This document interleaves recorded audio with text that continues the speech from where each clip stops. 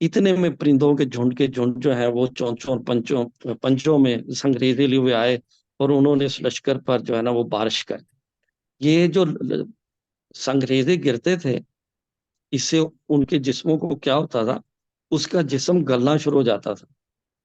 جیسے یہ چیچک کا مرض تھا، اور یہ سب سے پہلے چیچک کی مرض اس علاقے میں پہلی دفعہ دیکھی تھی قریشیوں نے بھی۔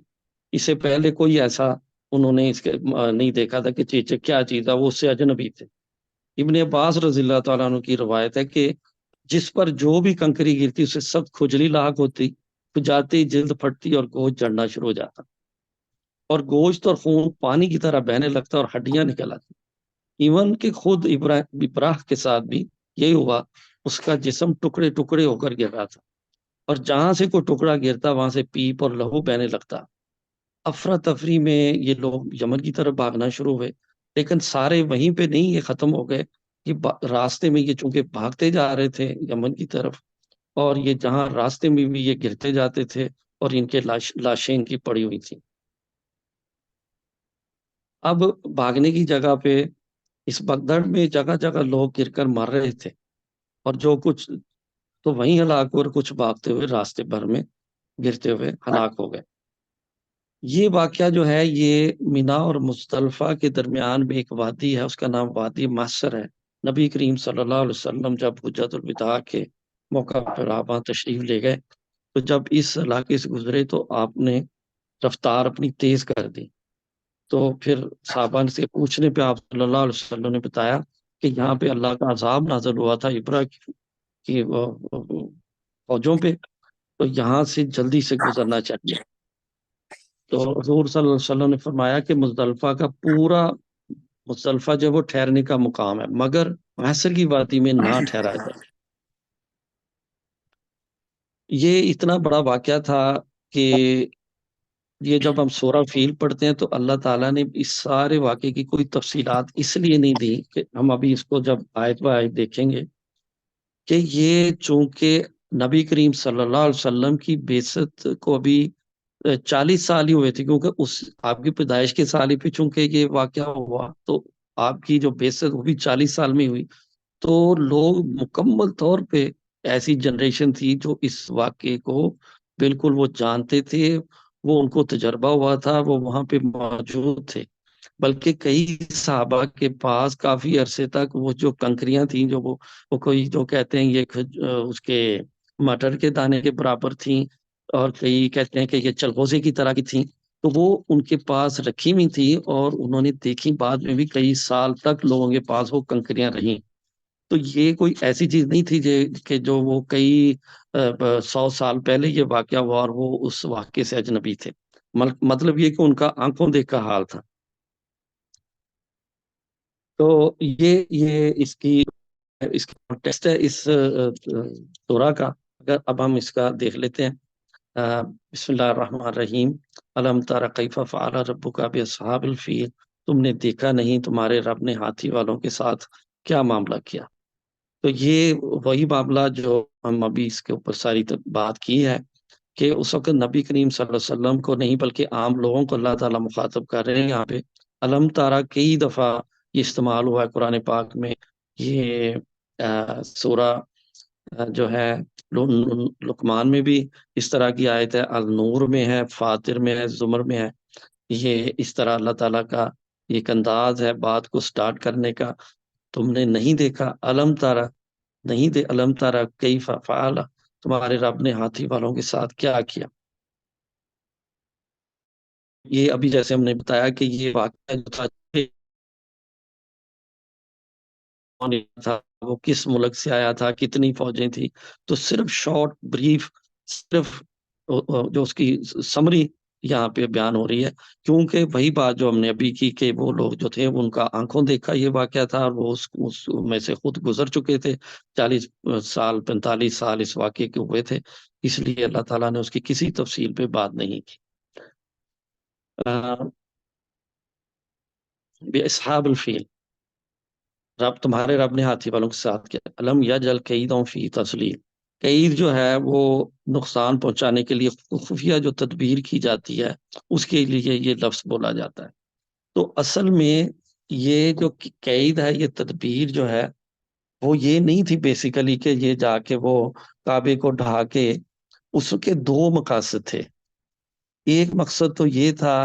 کہ یہ کعبے کو ڈھا کے وہ جو اس نے کلیسا بنایا تھا وہ مرکز بن جائے اس کے تجارتی راستوں کا، اور وہاں بھی لوگ سال کے سال حج اور وہ سارا جو معاملات یہاں ہوتے تھے وہاں وہ شفٹ کر دے۔ دوسرا وہ یہ تھا کہ مکے کے اوپر وہ قبضہ کر کے، اور یہ جو راستہ جو تھا، یہ جو ریڈ سی کے ساتھ ساتھ جاتا ہے یمن سے لے کے پھر مدینہ اور پھر مکہ اور پھر یہ شام تک، وہ اصل میں اس کے اوپر قبضہ کرنا چاہتا تھا۔ تو اصل تدبیر یہ تھی جو اللہ تعالیٰ یہاں فرما رہے ہیں، علم یجل کیدہم فی تضلیل، کیا اس نے ان کی تدبیر کو اکارت نہیں کر دیا؟ تو وہ تدبیر یہ تھی، وارسل علیہم طیرا ابابیل، اور ان پر پرندوں کے جھنڈ بھیج دیے۔ یہ جھنڈ کے جھنڈ جو ہے، یہ وہ جو تھے جنہوں نے یہ واقعہ دیکھا تھا، تو انہوں نے ان کی مختلف شکلیں بتائی ہیں کہ ان کی چونچ والے پرندے تھے، اور بعض کہتے ہیں کہ ان کے جو پاؤں تھے وہ کتے کی پاؤں سے مشابہت رکھتے تھے۔ وہ ایسے پرندے تھے کہ جو پہلے کبھی نہیں کسی نے وہ دیکھے تھے، اور بڑے عجیب و غریب ان کی، کہ وہ کوئی ایسی مثال بعد میں بھی نہیں ملتی کہ ان کو ان کے ساتھ مشابہت کی جائے۔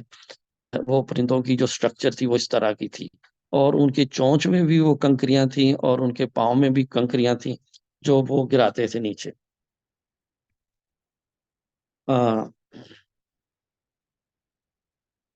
ترمیہم بحجارت من سجیل، جو ان پر پکی ہوئی مٹی کے پتھر پھینک رہے تھے۔ یہ جو پکی ہوئی مٹی ہے، اس کا بھی سجیل جو ہے، اس کا بھی قرآن میں مختلف جگہوں پہ اس کا ذکر آیا ہے کہ وہ جو تھی وہ پکی ہوئی مٹی کے تھے، اور وہ ایسے گرتے تھے جیسے ان کے اوپر، جیسے ہم نے پہلے بھی بتایا اس کے کانٹیکسٹ میں، کہ ان کی جو کھال تھی اور ان کو پہلے کھجلی سی ہوتی تھی، خارش سی ہوتی تھی جیسے چیچے کا مرض ہوتا، اور اس کے بعد پھر وہ جو ہے وہ ان کی کھال جو تھی وہ گلنی شروع ہو جاتی تھی، اور اس طرح ان کا سارا جسم جو تھا وہ گل جاتا تھا، اور اس کے بعد وہ گر کے مر جاتے تھے۔ ترمیہ بجارت من سجیل فجعلہم کعصف مأکول، اور یہ کھایا ہوا بھوسا، یہ جیسے گندم کے اوپر جو چھلکا ہوتا ہے وہ کسان جو ہے وہ پھینک دیتا ہے، اور پھر بعد میں اس کے بھوسے کو، جسے ہم توڑی کہتے ہیں وہ پنجاب میں، وہ پھر ہم اپنے جانوروں کو بھی ڈالتے ہیں، اور جانوروں کے پاؤں کے نیچے بھی وہ پھر ظاہرہ گرتا ہے، وہ جو بھوسا ہوتا ہے۔ تو اب اس بھوسے کی اللہ تعالیٰ مثال دے رہے ہیں کہ یہ جو ان کے ساتھ جو معاملہ ہوا، یہ جو پرندے آئے اور انہوں نے جو کنکریاں پھینکی، تو ان کنکریوں نے ان کو کھائے ہوئے بھوسے کی مانند کر دیا۔ تو یہ اب اس کو جو کرنا ہے، اللہ تعالیٰ کی ذات جو ہے وہ، ہم جو ہیں بعض اوقات بہت بے چین ہو جاتے ہیں، بڑے معاملات جو ہیں کہ اللہ تعالیٰ کی مدد کیوں نہیں آئی، لیکن ہر چیز کا ایک وقت ہوتا ہے۔ اگر یہ واقعہ اس لیے، یہ جو اللہ تعالیٰ نے بھیجے، یہ اس لیے بھی ضروری تھا کہ خدا نہ خواستہ اگر یہ وہ گرا لیتا تو اس سارے قریشیوں کا تو ایمان جاتا ہی کہ یہ، اور اس کے ساتھ جتنا بھی یہ ریجن تھا، حجاز کا تھا، نجد کا تھا، اور شام اور یمن تک کے جو لوگ تھے، ان کا کعبے سے اعتبار اٹھ جاتا۔ سورج جو فیل ہے وہ اسی کو کنٹینیو کر رہی ہے کہ ان کو جو کعبے کی جو یہ متولی تھے، حج کے اوپر خدمت کرتے تھے، اس لیے ان کی جو تجارت تھی وہ اس کو بڑی سپورٹ ملتی تھی۔ وہ اس طرح کہ یہ ایک بڑے محترم یہ جو قبیلہ تھا قریش کا، اس کو سمجھا جاتا تھا حج کے متولی ہونے کی وجہ سے، تو اس لیے ان کی تجارت بھی آزادانہ ہوتی تھی، ورنہ جو دوسرے قبیلے جب تجارت کرتے تھے ان کے اوپر حملے ہوتے تھے، ان کو لوٹ لیا جاتا تھا یا پھر ان کو تاوان دینا پڑتا تھا۔ لیکن یہ واحد قبیلہ تھا جس کو کوئی اس طرح کا معاملہ پیش نہیں آتا، وہ صرف اس وجہ سے کہ یہ کعبے کی جو عظمت ان کے دلوں میں تھی۔ تو یہ واقعہ جو تھا اس نے پھر ان کے دلوں میں اور بھی اس کی عظمت جو تھی کعبے کی وہ بڑھا دی، اور مولانا بھی اسی طرح کنکلوڈ کرتے ہیں کہ یہ اس وقت جو ہے، اس وقت کی یہ ضرورت تھی کہ اللہ تعالیٰ نے یہ جھنڈ بھیجے ان کے پرندوں کے، جنہوں نے اس کو غرق کر دیا، اور یہ جو سارا جو تھا، اسی طرح آج بھی اس طرح جو واقعات ہوتے ہیں ہمیں تو اس میں صبر اور اللہ تعالیٰ کی مدد کا انتظار کرنا چاہیے اور اس کے لیے دعا کرنی چاہیے. تو اللہ تعالیٰ ہمیں جو ہم نے پڑھا سمجھا اس کے اوپر ہمیں عمل کرنے کی توفیق عطا فرمائے. وما علینا الا البلاغ. ماشاءاللہ جناب، جزاک اللہ خیر. یہ ہمارے طارق سعید بھائی سورہ فیل پر جو ہے اپنا حاصل مطالعہ پیش کر رہے تھے. بہت اچھے طریقے سے پیش کیا. اللہ تعالیٰ جزائے خیر عطا فرمائے آپ کو.